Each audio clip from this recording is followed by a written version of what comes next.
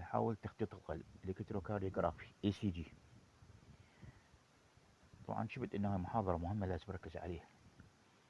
طبعا تعريف الالكتروكارديوغرافي هو recording of electrical activity of the heart، تسجيل النشاط الكهربائي للقلب بواسطة الكترود أقطاب placed on the body surface.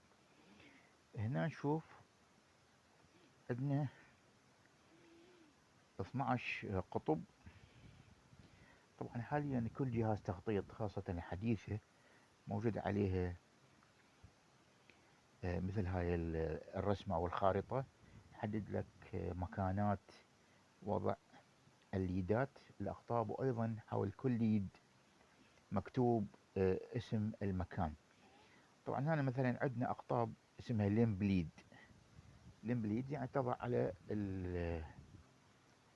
اللمز اللي هو الأطراف. مثلا عندنا ABR، هنا هي تضع على الرايت أرم، ABL على الليفت أرم. هنا عندنا ABF على الليفت ليج. وعندنا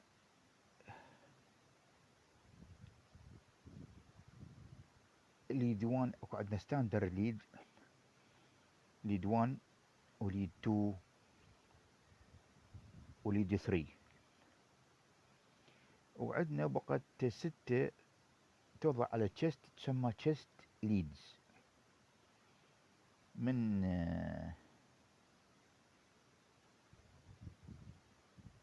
رقم 1 إلى 6. إذن هاي الشكل. طبعا هاي شنو فائدتها؟ هاي تحسب لنا الاوتوماتيسيتي، كوندكتيفيتي، هايبرتروفي والاسكيميك تشينجز.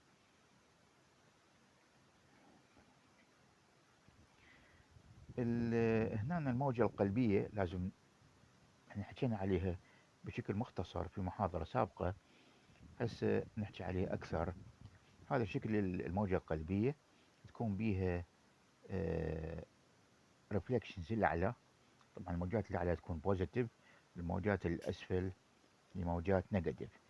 فالأعلى هي البي والآر والتي، والأسفل هي الكيو والإس. كل موجة إلها دلالة معينة. مثلا البي ويف، طبعا هاي بالامتحان مهمة لأن تجي عليه أسئلة كثيرة. البي ويف تشمل اتريال أو تدل على اتريال ديبولاريزيشن. احنا قلنا ديبولاريزيشن هو نفس السيستول أو كونتراكشن. البي ار هو اي بي نودال ديلي. كيو ار اس كومبلكس هو فنتيكولار ديبولاريزيشن، يعني تقلص البطينات. اس تي سيجمنت time during which ventricles are contracting and emptying. التو ويف هو ريبولاريزيشن، يعني عودة إلى الاسترخاء أو العودة إلى الحالة الأصلية. تي بي interval time during which ventricles are relaxing and filling. هاي الطبيعة. طبعا أي اختلاف معناته عندنا مشكلة.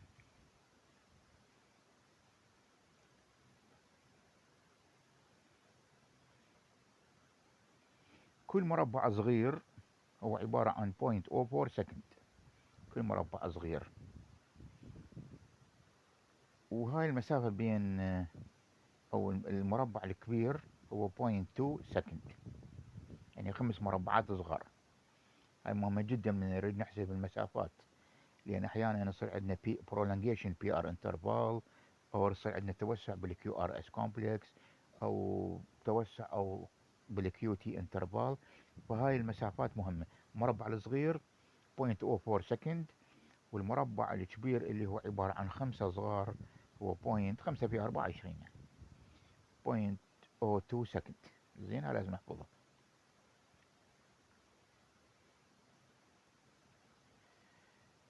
قلنا هاي نفس الشيء نعيدها. البي ويف correspond to depolarization of SA node QR complex. ventricular depolarization 2 wave هو ventricular repolarization. atrial repolarization large QRS complex.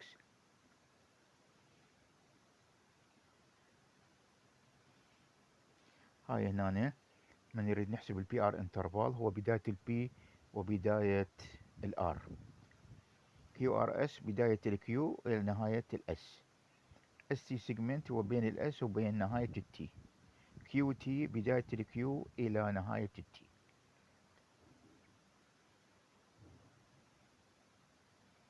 هاي دائما اللي نركز عليه. نجي على نقطة ثانية مهمة، هو أصوات القلب heart sound. عندنا 4 heart sound can be recorded via phonocardiography but normally عندنا 4 أصوات، لكن بالطبيعية فقط اثنين: first heart sound second heart sound. وهاي طبعا نسمعها بواسطة السماعة اللي اسمها stethoscope.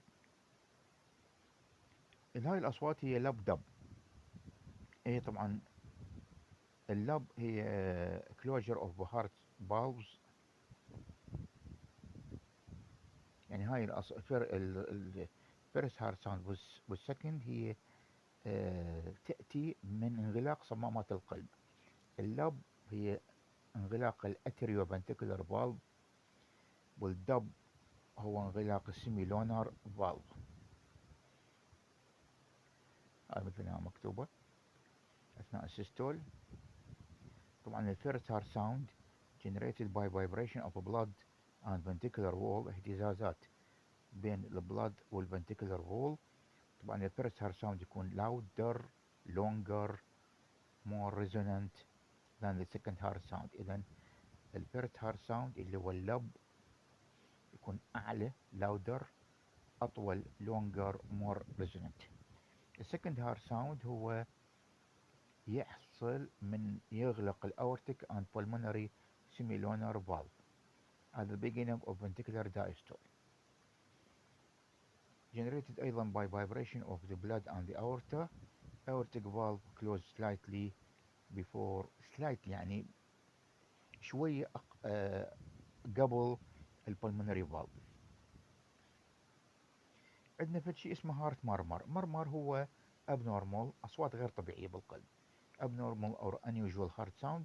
هاي طبعا تحصل من يكون عندنا valvular disease، مشاكل بالصمامات، مثلا ضيق بالصمام stenosis، أو عدم كفاءة in يعني insufficient، أو عندنا مشاكل بالحاجز البطيني، يعني فتحة بالحاجز البطيني يسموها فتحة داخل القلب، مثلا atrial septal defect or ventricular septal defect.